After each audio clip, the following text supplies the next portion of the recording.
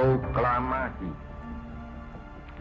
kami, bangsa Indonesia, dengan ini menyatakan kemerdekaan Indonesia.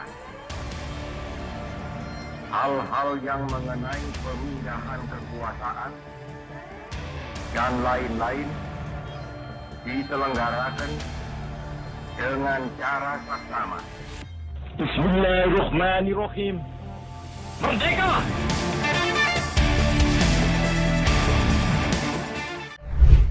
Bismillahirrahmanirrahim. Assalamualaikum warahmatullahi wabarakatuh.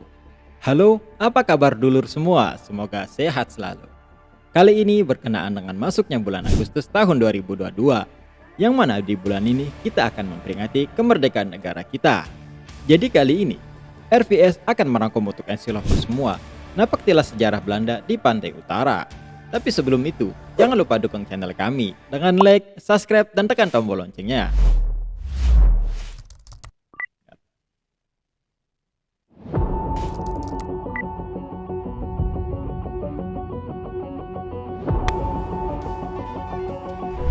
...350 tahun, Belanda menginvasi Indonesia. Tentunya banyak meninggalkan kenangan pahit bagi bangsa kita ini. Dan tidak dipungkiri juga, hampir seluruh wilayah Indonesia pernah didatangi oleh kolonial Belanda, termasuk juga daerah pesisir pantai utara, salah satunya Kabupaten Indramayu, yang pernah menjadi salah satu saksi bisu agresi Belanda ke Indonesia. Setelah Indonesia merdeka, tepatnya pada tahun 1947, dikutip dari jurnal perjuangan Muhammad Asmat Sentot dalam perang mempertahankan kemerdekaan Indonesia. Beliau adalah salah satu pahlawan kemerdekaan Indonesia yang berasal dari pantai utara, tepatnya Kabupaten Indramayu. Saat itu, Belanda belum bisa move on dari Indonesia dan ingin merebutnya kembali dengan agresi militer yang mereka lakukan. Mereka menyisir para pejuang di pantai utara, menggunakan artileri dan konvoi kendaraan, dengan membakar rumah-rumah penduduk, dengan dalih menyisir para pejuang Indonesia. Sehingga sampailah di daerah Indramayu, tepatnya di Desa Sidangkerta, Kecamatan Loh Bener. Menurut saksi sejarah bernama Mang Asikin, saat itu dia masih berusia 5 tahun dan menyaksikan tentara Belanda berpatroli sembari menembaki rumah warga dan membakarnya menjadi lautan api, sehingga warga melarikan diri ke tempat yang aman. Ditambah lagi derungan tank dan pesawat tempur kian berseliweran melintasi langit desa. Kendati demikian, rakyat Indramayu terus melawan penjajahan pasukan Belanda di bawah komando Muhammad Asmat Sentot atau biasa dikenal dengan M.A. Sentot, yang merupakan pemimpin pasukan pejuang setempat yang cukup berpengaruh saat itu, yang mana hal ini juga ia menjadi incaran dan buruan pasukan Belanda. M.A. Sentot mengumpulkan warga setempat dan melatih mereka membentuk pasukan pejuang bernama Pasukan Setan.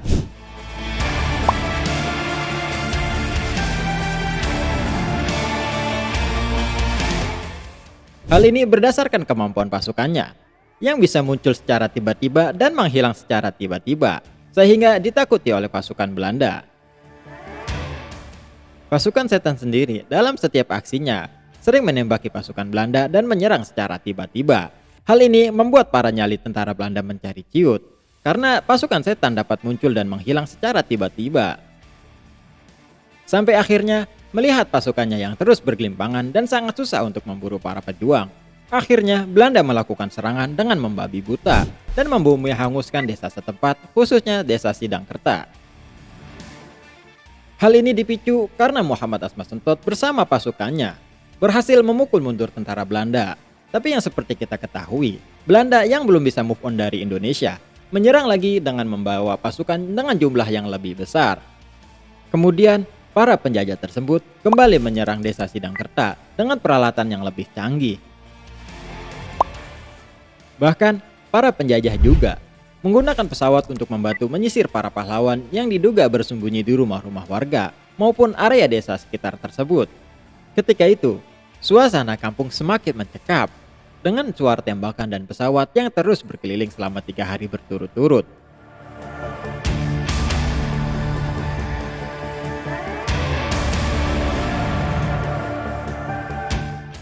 Penuturan warga setempat mengatakan Selama 3 hari, mereka melihat kapal Londo atau pasukan Belanda berputar-putar di langit desa.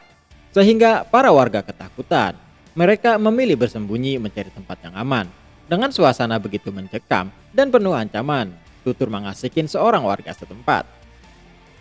Puncak tragedi berdarah di Sidangkerta ini terjadi pada bulan November 1947 di sekitar Jembatan Bangkir tepatnya, yang menjadi medan tempur antara pasukan Belanda dan para pejuang Indonesia. Pada saat itu, tepatnya tanggal 1 Agustus 1947, pasukan setan yang merupakan bentukan dari Muhammad Sentot, mereka mulai melakukan aksinya, yaitu dengan mengganggu patroli-patroli Belanda di jalan-jalan besar yang menghubungkan antara Indramayu dan Jakarta. Pasukan setan saat itu mampu melakukan mobilitas yang tinggi, sehingga tak mudah dilacak kedudukannya. Mereka berpindah-pindah tempat setelah melakukan serangan, sehingga dijuluki pasukan setan, karena bisa dengan cepat pergi meninggalkan tanpa jejak apapun secepat setan, menghilang dari pandangan tentara Belanda yang terkejut karena serangannya. Salah satu senjata kebanggaan pasukan setan ialah Bren Gun, yang mereka juluki dengan nama Si Untung. Yang mana senjata ini merupakan hasil dari rampasan ketika mereka bentrok dengan Belanda di daerah Larangan. Nah, salah satu aksi heroik yang dilakukan pasukan setan ialah ketika menghadang konvoi Belanda di daerah Jembatan Bangkir, Kecamatan Lohbener, Kabupaten Indramayu. Pada saat itu sekitar jam 5 pagi pada bulan November tahun 1947, pasukan setan telah disiapkan untuk mengadakan operasi di sekitar Jembatan Bangkir. Sementara itu, rakyat di sekitar diungsikan ke desa yang diperkirakan lebih aman. Setelah menunggu lama, sekitar jam 9 pagi, terdengarlah suara truk. Tapi ternyata bukan truk militer Belanda yang datang, melainkan truk preman yang dikawal 2 polisi Pasundan. Sehingga hal tersebut tidak diganggu dan membiarkannya pergi untuk menjaga jangan sampai rencana itu bocor. Sampai sekitar jam 11 siang, barulah ada kode dari pos peninjau yang memberi isyarat bahwa konvoi militer Belanda yang didahului Bren Carrier akan melintasi Jembatan Bangkir dari arah Indramayu. Hal ini membuat beberapa pejuang was-was mendengar banyaknya pasukan Belanda yang akan datang. Melihat hal itu, Muhammad Asmat Sentot segera membangkitkan semangat para pejuangnya dengan orasinya yang penuh semangat. Sampai ketika terdengar perintah komando menembak dari jarak 30 meter. Pasukan Muhammad Asmat Sentot menembaki pasukan Belanda dan pertempuran pun terjadi. Salah satu pasukan Muhammad Asmat Sentot bernama Kopral Dali berhasil melumpuhkan Bren Carrier beserta pengemudinya. Hal itu menambah semangat percaya diri pasukan Indonesia dan akhirnya jumlah kerugian Belanda tak terkira.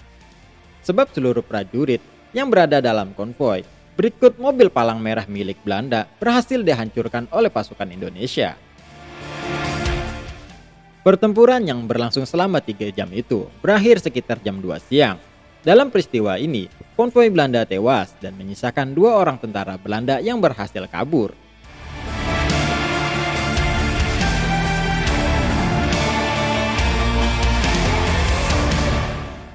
Dan peristiwa tersebut diperingati dan diabadikan dalam sebuah tugu peringatan yang berada di dekat Jembatan Bangkir sebagai penanda bahwa Jembatan Bangkir pernah menjadi saksi bisu perjuangan bangsa Indonesia mempertahankan kemerdekaannya.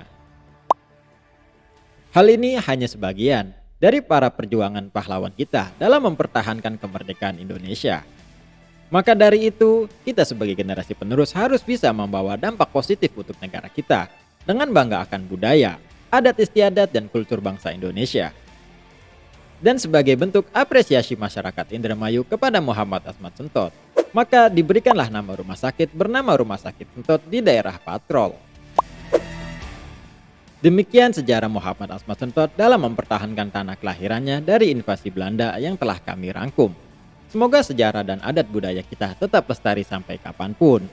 Dan kita sebagai generasi muda harus terus melestarikannya. Untuk kalian yang menyukai konten sejarah atau hal lainnya, bisa request di kolom komentar. Jangan lupa share, like, dan subscribe channel kami agar terus memberikan informasi-informasi yang menarik. Wassalamualaikum warahmatullahi wabarakatuh.